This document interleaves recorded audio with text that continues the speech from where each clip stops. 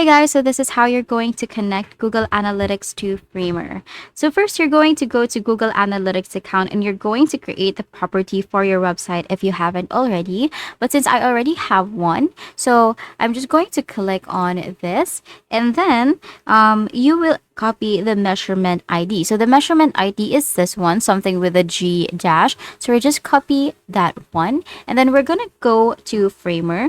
We're going to open the project in Framer, and then we are going to go to settings. Right here at the top, you will see this like icon right here. We're going to click on this settings, and then from there we are going to go to general, and then we are going to scroll down to the analytics section.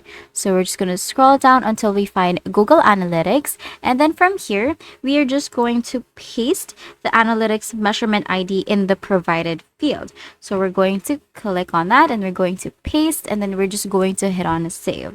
Now after we have saved the changes and published the website, now the Google Analytics will start tracking your Framer website traffic. And that's it. That is how you're going to connect Google Analytics to Framer. If you found this video helpful, please don't forget to like the video and subscribe to the channel for more videos like this.